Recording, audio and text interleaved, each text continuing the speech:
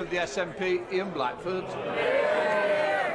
Thank you, Mr. Speaker. Can I say it's a pleasure to follow the former Prime Minister, and perhaps her behaviour in office, like many that went before her, was about dignity, about the importance of the office, of respect, of truthfulness, and the Prime Minister will be well advised to focus on those that have not dishonoured the office like he has done.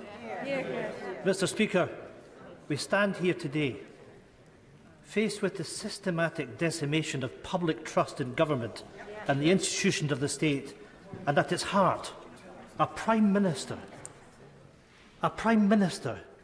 being investigated by the police. So here we have it, the long-awaited Sue Gray report. What a farce. It was carefully engineered to be a fact-finding exercise with no conclusions. Now we find it's a fact-finding exercise with no facts. So let's talk facts. The Prime Minister has told the House that all guidance was completely followed. There was no party. COVID rules were followed, and that I believed it was a work event. Nobody believed him then, and nobody believes you now, Prime Minister. That is the crux. No ifs, no buts. He has willfully misled Parliament. It's bad enough. Order! Inadvertent misled the House would be acceptable. Misled the House is not acceptable. Withdraw inadvertently. The Prime Minister inadvertently told the House on the 8th of December that no parties had taken place and then had to admit that they had. It's bad enough, Mr. Speaker, that the Prime Minister's personal integrity is in the ditch, but this murky business is tainting everything around it. It is our intention to submit a motion instructing the Prime Minister to publish the Gray report in full. Will the Prime Minister obey an instruction by this House to publish as required? Mr. Speaker, amidst allegations of blackmail by Tory whips, the members opposite have been defending the indefensible. Wait for the report, we were told. That's right. Well, here it is, and it tells us very little, except it does state that there were failures of leadership and judgment by different parts of Number 10. It states that some events should not have been allowed to take place. That is the Prime Minister's responsibility. If there is any honour in public life, then he would resign. Where is this? And he laughs. And the Prime Minister laughs. We ought to remind ourselves in this House that 150,000 plus of our citizens have lost their lives. Family members that couldn't be with them. And that is the sight that people will remember, a Prime Minister laughing at our public. I extend the hand of friendship to all those that have sacrificed. I certainly do not extend the hand of friendship to the Prime Minister, who is no friend of mine.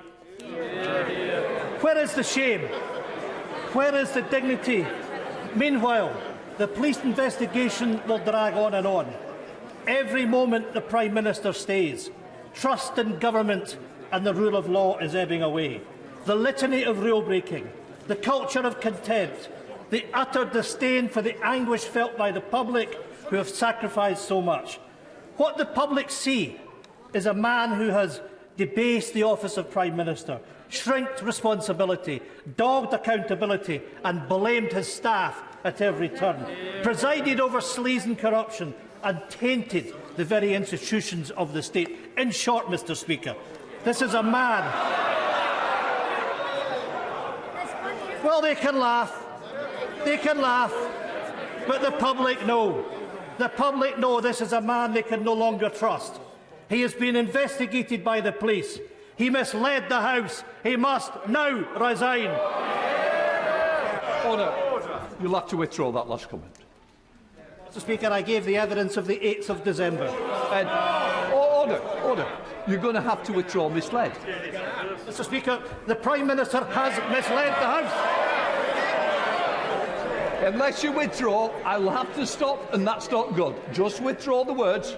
I am standing up for my constituents that know that this Prime Minister has lied and misled the House. Give me the paper. Give me the paper. Inadvertently misled. I'll give you one more chance. As leader of the SNP, I don't want to have to throw you out. I'm going to give you this chance. Please. Increase to power. That man has misled the House.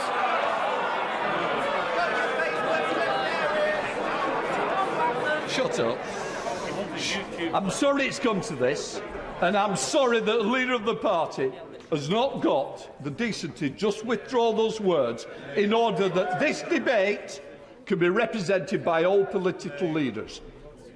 Would you like to inadvertently? If the Prime Minister has inadvertently misled the House, then I will state that. Right, we're going to leave it at that. Prime Minister. Mr. Speaker, I'm grateful to the right honourable gentleman for withdrawing what he just said, because he was wrong then, and he, I'm afraid, is wrong in his analysis. And I apologise, as I've said, for all the suffering that people have had throughout this pandemic, and for the anger that people feel about what has taken place in number 10 Downing Street. But I've got to tell the right honourable gentleman that for much of what he said, his best course is simply to wait for the inquiry to be completed.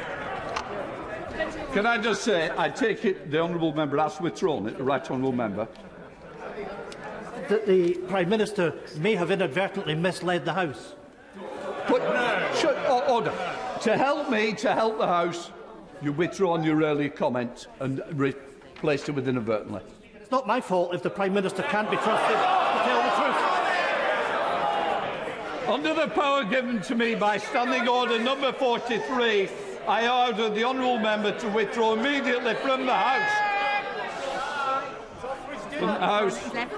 Rivera, it's all right, we don't need to bother. Right, let us move on.